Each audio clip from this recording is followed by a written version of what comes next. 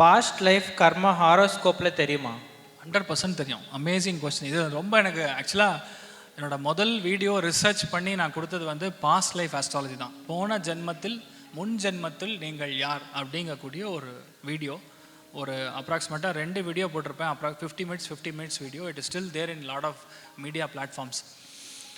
போன ஜென்மத்தில் நீங்கள் யார் கூட பிறந்தீங்க, என்னவா பிறந்தீங்க, எதுக்காக பிறந்தீங்க, என்ன கர்மாக்காக பிறந்தீங்க, ஏன் இப்போ பிறந்திருக்கீங்க, அடுத்த ஜென்மம் இருக்கா இல்லையா, இது எல்லாமே ஒரு ஜாதகத்தை பார்த்தோன்னே கண்டுபிடிச்சிடலாம். ஒரு சில பேருக்கு மட்டும் இந்த பாக்கியம் இருக்கும். அடுத்த ஜென்மம் இல்லை சார், நீங்கள் ஜாலியாக இருங்கன்னு சொல்லுவேன். பார்த்தோன்னா முதல் வார்த்தை, இப்போ லாஸ்ட் பெங்களூரில் நேற்று ஒரு 12-13 ஜாதகம் பார்த்துருப்பேன்னு நினைக்கிறேன். அதில் 2 பேருக்கு அந்த மாதிரி ஒரு யோகம் வந்தது. நான் சொன்னேன், அடுத்த ஜென்மம் இல்லை சார், ஆட்டம் கட்டுங்க அப்படின்னு சொன்னேன். ரீசன்னா அது ஒரு பெரிய பாக்கியம். எதுக்கு அவங்க பிறந்திருக்காங்கன்னா, இந்த ஜென்மத்தில் என்ன வேணுமோ அதை அனுபவிச்சுட்டு செத்துப்போ அப்படிங்கிற மாதிரி தான் அவங்க பிறந்திருக்காங்க. அது நல்ல கர்மாவாக இருக்க வேண்டும்ங்கிறது என்னுடைய அட்வைஸ். அவ்வளோதான். இந்த கெட்ட கர்மா சேர்த்தா அப்போ அடுத்த ஜென்மம் இல்லையா அப்படின்னு கேள்வி வரும். அடுத்த ஜென்மம் இருக்கும். யாருக்கு? உங்கள் பையனுக்கு. நீங்கள் பண்ணுறதெல்லாம் அந்த பையன்கிட்ட லோட் பண்ணி கொடுத்துருவாங்க. இப்போ நீங்கள் வந்து ஆஸ்தி ஒரு 50 லட்ச ரூபா எஃப்டி போட்டு இறந்தீங்கன்னா, பையன் எங்கள் அப்பா ஆஹா ஓஹோ தங்கண்டாவன் அப்படின்னு சொல்லுவான்.